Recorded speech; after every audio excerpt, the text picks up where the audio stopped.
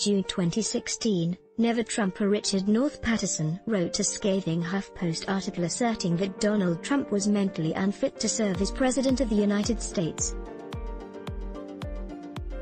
And 4 years later, Patterson revisits that subject in an equally scathing article for The Bulwark, stressing that Trump's psychological illness and disabling instability have greatly affected his presidency and make him unfit for a second term. Advertisement. Patterson, former chairman of Common Cause and a member of the Council on Foreign Relations, covered a lot of ground in his HuffPost piece, which ran with the headline, "Too Sick to Lead: The Lethal Personality Disorder of Donald Trump."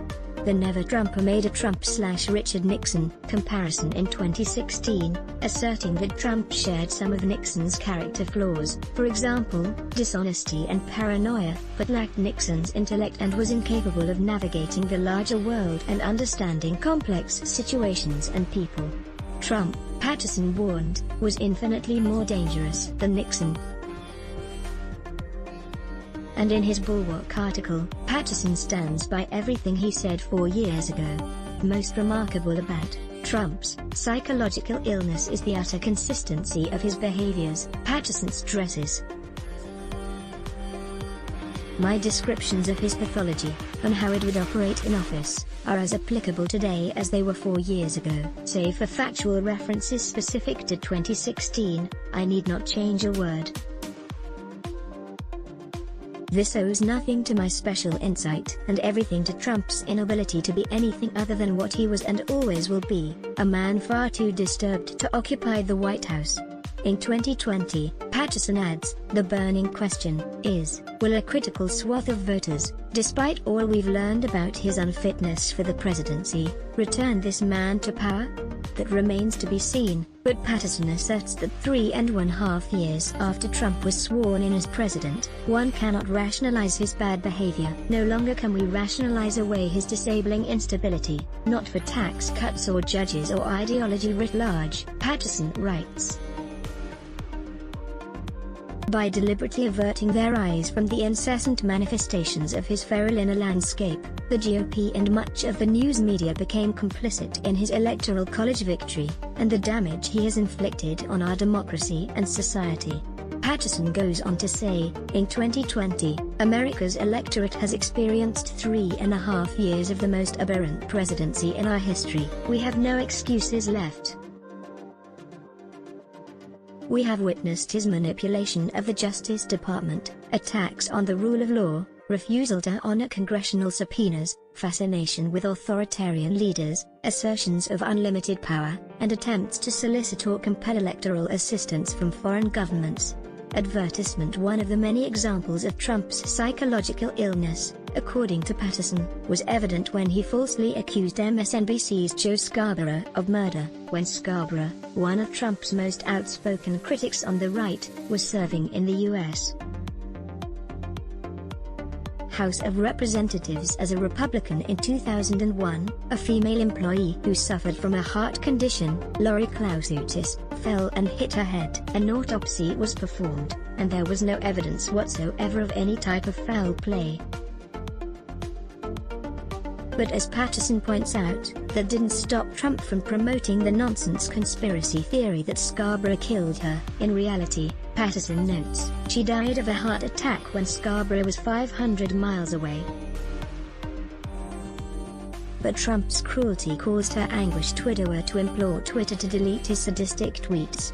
Patterson concludes his Bulwark article by asserting that Trump's presidency is not only an indictment of Trump itself, but also of all the Republicans who allied themselves with him despite his many abuses. Advertisement. The problem of Trump transcends party or ideology, and so does our need to be rid of him, Patterson writes. There is no constitutional guarantee against a president too mentally ill to respect its terms, and a party too craven to stop him. Until further notice, we have both. Enjoy good journalism. Then let us make a small request.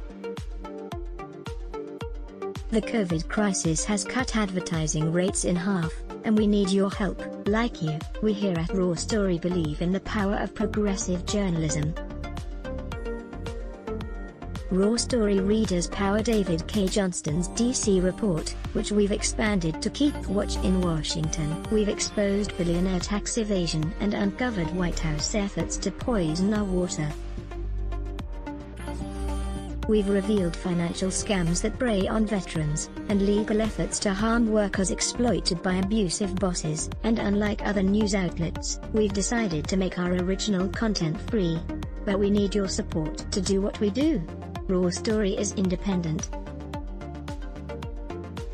unbinged from corporate overlords. We fight to ensure no one is forgotten. We need your support in this difficult time. Every reader contribution, whatever the amount, makes a tremendous difference. Invest with us. Make a one-time contribution to Raw Story Investigates, or click here to become a subscriber. Thank you. Click to donate by check. Value Raw Story? Then let us make a small request. The COVID crisis has cut advertising rates in half, and we need your help. Like you, we believe in the power of progressive journalism, and we're investing in investigative reporting as other publications give it the axe. Raw Story readers power David K. Johnston's DC report, which we've expanded to keep watch in Washington. We've exposed billionaire tax evasion and uncovered White House efforts to poison our water. We've revealed financial scams that prey on veterans, and efforts to harm workers exploited by abusive bosses. We need your support to do what we do. Raw Story is independent. You won't find mainstream media bias here. Every reader contribution, whatever the amount, makes a tremendous difference. Invest with us in the future. Make a one-time contribution to Raw Story Investigates, or click here to become a subscriber. Thank you. Let's block ads. Why? Show your love for him. Click the link in description. Thanks for watching.